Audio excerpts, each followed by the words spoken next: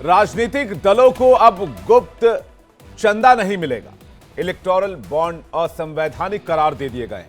24 के रन से पहले देश की सभी सियासी पार्टियों को सुप्रीम कोर्ट ने बड़ा झटका दे दिया है।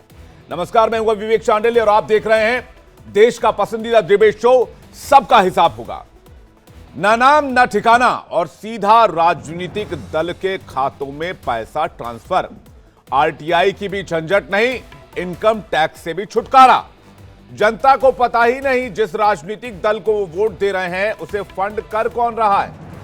साल 2018 की शुरुआत में मोदी सरकार जब इलेक्टोरल बॉन्ड्स लेकर आई थी तब इसका कुछ दलों ने विरोध भी किया था, लेकिन सियासी पार्टी के नजरिए से देखें तो यह चंदा लेने का सबसे सेफ तरीका भी है। अब सुप्रीम कोर्ट ने कह दिया है कि आरटीआई और संविधान के अनुच्छेद 19(1)(a) का यह उल्लंघन है। सूचना प्राप्त करने के अधिकार का उल्लंघन है। तो क्या जनता को अंधेरे में रखकर राजनीतिक दल चंदा ले रहे थे? क्या चंदा लेने का यह तरीका काले धन को रोकने का सही तरीका था? इन तमाम सवालों के साथ आज एक बड़े पैनल के साथ बहस करेंगे और 24 के चुनाव के ठीक पहले इस आदेश का मतलब क्या है इसको भी समझने की कोशिश करेंगे। लेकिन आज की यह बहस किन सवालों के इर्द गिर्द रहेगी उस पर एक नजर डालते जल्दी से और देखते हैं उन सवालों को कि वो सवाल क्या है। पहला सवाल लेकर आइए। पहला सवाल ये कि चंदा लेने का गलत जरिया था क्या इलेक्टोरल बॉन्ड, जिस पर सुप्रीम कोर्ट ने रोक लगाई? दूसरा सवाल ये कि चुनावी बॉन्ड के नाम पर क्या जनता को ठगा जा रहा था क्योंकि उनको पता ही नहीं वो जिस दल को वोट दे रहे हैं उसकी फंडिंग कहां से हो रही है। और तीसरा बड़ा सवाल, इलेक्टोरल बॉन्ड पर अंदर खाने क्या सभी पार्टियां एक हैं और सुप्रीम कोर्ट के इस फैसले से सभी पार्टियों को नुकसान होगा? इसी पर विशुद्ध बहस बस थोड़ी देर में। पहले एक रिपोर्ट देखिए।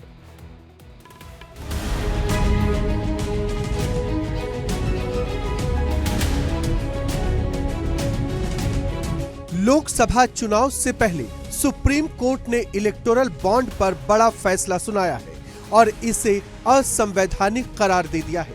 पहले ये समझिए कि कोर्ट ने क्या आदेश दिया है। सुप्रीम कोर्ट ने चुनावी बॉन्ड योजना को रद्द कर दिया है। नए बॉन्ड की खरीद पर पूरी तरह से रोक लगा दी है। कोर्ट ने बॉन्ड खरीदने वालों की लिस्ट सार्वजनिक कराने का भी आदेश दिया है। केंद्र सरकार 2018 में चुनावी चंदे को पारदर्शी बनाने के लिए इलेक्टोरल बॉन्ड स्कीम लेकर आई थी। इलेक्टोरल बॉन्ड पर फैसला सुनाते हुए chief justice of India DY Chandrachud ने कहा कि इलेक्टोरल बॉन्ड के अलावा भी काले धन को रोकने के दूसरे तरीके हैं। मैं समझता हूं कि एक बहुत ही ऐतिहासिक फैसला है। तो निश्चित रूप से ये जो इलेक्टोरल बॉन्ड स्कीम है और सुप्रीम कोर्ट ने जो आज रद्द की है, तीनों income tax, companies act and representation people act की अमेंडमेंट रद्द कर दी है।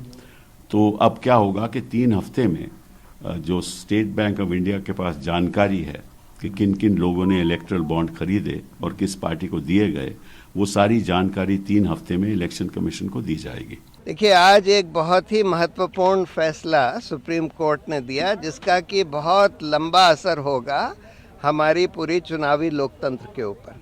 उन्होंने ये इलेक्टोरल बॉन्ड की स्कीम कॉम्प्रिहेंसिवली स्ट्राइक डाउन कर दी है, ये कहते हुए कि इसमें जो एनोनिमस एलिमेंट इन्होंने लाया कि भाई किसी को पता नहीं लगे कि भाई ये इलेक्टोरल बॉन्ड किसने खरीदे और किसको दिए, ये बिल्कुल हमारे जनता के सूचना के अधिकार के खिलाफ है, जो कि एक मौलिक अधिकार है जनता का।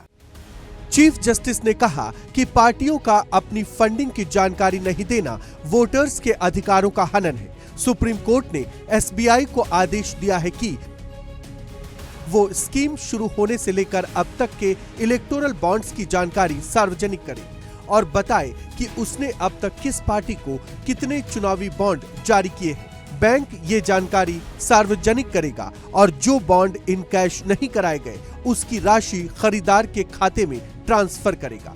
SBI ये जानकारी 3 हफ्ते के अंदर चुनाव आयोग को देगा और चुनाव आयोग इसे अपनी वेबसाइट पर अपलोड करेगा।